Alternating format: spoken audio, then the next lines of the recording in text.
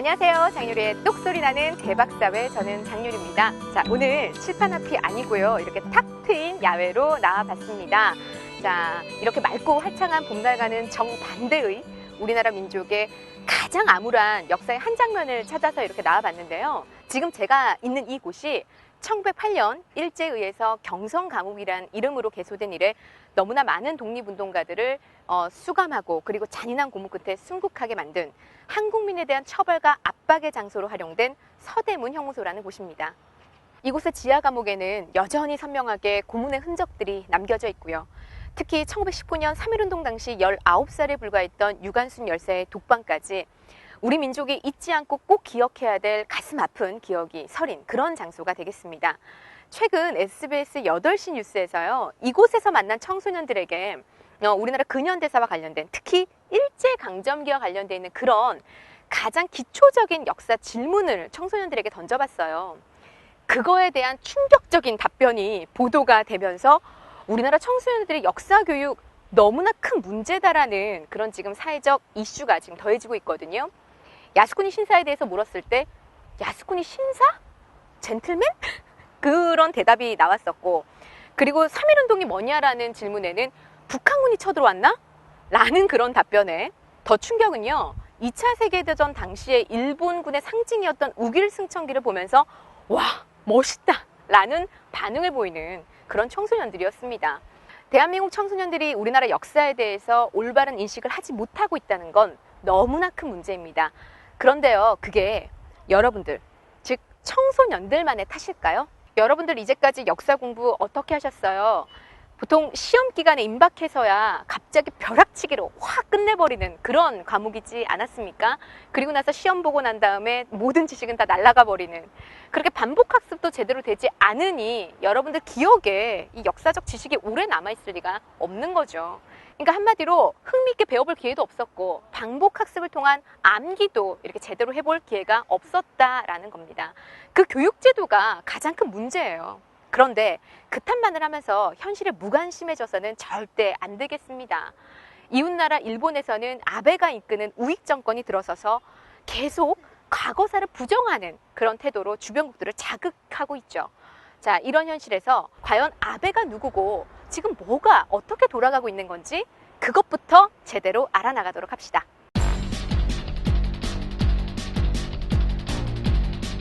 침략에 대한 정의가 확실치가 않다?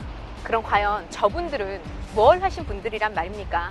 침략으로 고통받은 이들은 분명히 있는데 침략을 한 사람은 없다니요. 이게 무슨 망언입니까? 2012년 12월 일본 총선에서는 아베 신조가 이끄는 자유민주당이 압승을 하였습니다. 그 결과 바로 아베 내각이 수립되게 됐고요. 일본이 점차 우경화될 것이라는 그 우려가 현실화가 되고 있습니다. 최근 들어 아베노믹스라고 불리는 거죠. 일본의 경제 정책적 효과가 어떤 가시적 성과를 보이게 되면서 지지율이 70%에 육박하게 되자 그 우익 정권의 본색이 본격적으로 드러나고 있습니다. 일본 우익 정권의 중심이 된 아베 신조, 바로 일본 총리는 과거 식민지 지배와 침략을 사죄했던 1995년 무라야마 담화 내용과 관련해서 침략에 대한 정의는 바로 국제적으로도 학술적으로도 확실치 않다라며 과거 무라야마 담화의 내용을 전면적으로 뒤집는 침략에 대한 정의는 어느 나라 관점에서 보느냐에 따라 달라질 수 있다라는 망언을 하게 됩니다. 이에 우리나라 정부는 아베 신조의 역사인식이 심각히 우려된다라면서 강하게 비판하였습니다. 자, 아베 신조의 잇따른 과거사 부정 태도는 한일 양국의 이 관계를 급격히 냉각시켜 가고 있습니다. 그리고 망언이 있던 같은 날 오전에는 바로 일본 국회의원 168명이 사상 최대 규모로 바로 야스쿠니 신사를 집단 참배하는 일까지 벌어졌습니다. 야스쿠니 신사 참배, 과연 거기에는 어떤 뜻이 담겨져 있길래 한국을 넘어서서 국제사회 전체가 비판을 퍼붓는 걸까요? 평화로운 나라라는 뜻을 지닌 야스쿠니는 이름과 상반되게 전쟁 영웅을 추모하는 신사입니다. 1979년에는 2차 세계대전의 전범들이 야스쿠니 신사로 옮겨져 왔습니다. 일본 최대 규모의 신사인 야스쿠니에서 전쟁 신령을 모시는 것은 이들을 영웅으로 추앙하고 호국신으로 떠받들겠다는 의미인 거죠. 인명을 살해하고 강제징용, 위안부, 난징 대학살 등 우리에게 가슴 아픈 과거를 남긴 일본이 전쟁 용병들을 영웅으로 만들고 그것도 모자라 신격화시키고 있는 것은 우리의 아픔을 조롱하는 것처럼 보입니다. 일본, 대체 왜 이러는 걸까요? 주변국의 반발에도 아랑곳하지 않는 일본의 우경화 움직임은 이 자국 내 보수세력 결집을 통한 강한 일본 만들기라는 의도가 내포가 되어 있습니다. 침략 행위를 부정하는 것이야말로 국제사회가 절대 받아들이지 않을 바로 궤변입니다.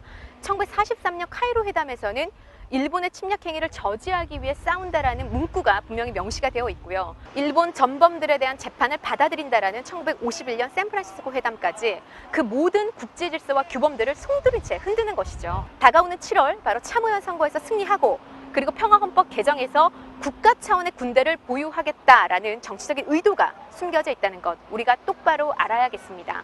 그래야 우리의 과거를 그리고 현재를 넘어서서 미래까지 똑바로 지킬 수 있는 거겠죠?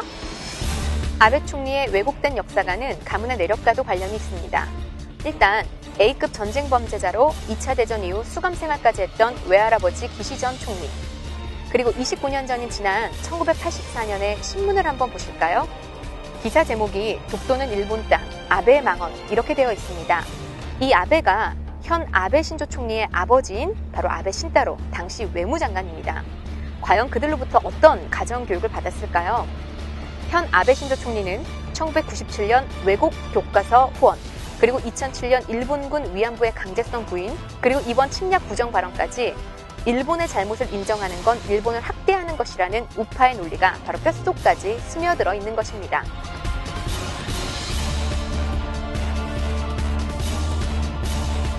정신대 할머니나 종군 위안부 등 같은 단어는 여러분들이 많이 들어들 보셨을 거예요. 정확히 정신대는 태평양 전쟁을 일으킨 일본이 여성 인력을 착취한 것을 말합니다. 정신대는 노동력을 주로 착취당한 근로정신대와 성적인 착취를 당한 위안부로 구분됩니다.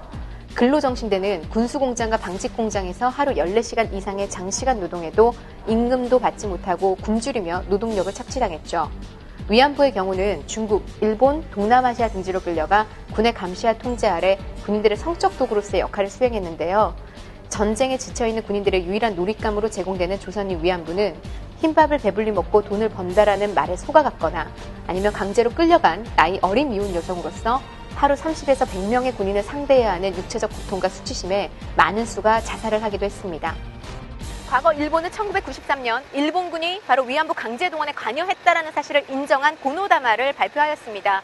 그러나 현 아베 정부는 위안부 강제동원이라는 문구가 적힌 공문서가 없다는 사실을 근거로 이 위안부 강제동원에 일본군이 관여했다는 사실을 정면적으로 반박하였습니다. 이것은 우리나라 정신대 할머니들의 증언과 그리고 일본 퇴역 군인들의 회고록을 통해서도 바로 거짓이라는 게 이 증명이 되는 것이거든요.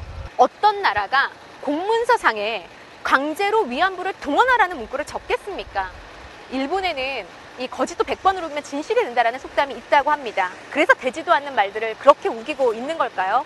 아베 정부는 바로 위안부를 강제 동원했다는 과거 사실을 인정하고 진심 어린 사죄와 정당한 배상을 하는 것이 시급한 과제입니다.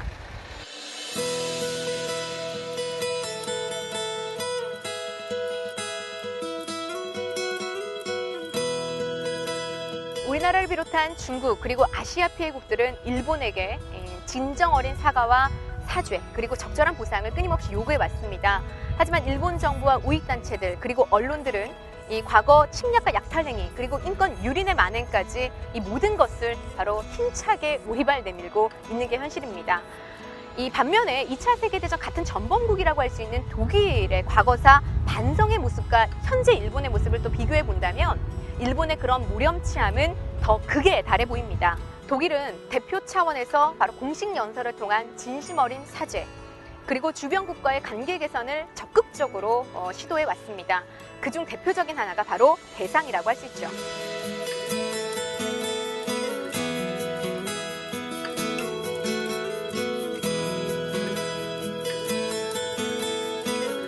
또한 기회가 있을 때마다 신사참배를 공언하는 일본 정치인들과는 달리 이 독일 정치인들이 가지고 있는 진심 어린 과거사 반성의 모습은 빌리 블란트 전 독일 총리의 모습에서 극적으로 나타나게 됩니다. 1971년 폴란드 바르샤바에 있는 2차 세계대전 희생자 추모비 앞에 무릎 꿇고 앉아 사죄하는 빌리 블란트 총리의 모습.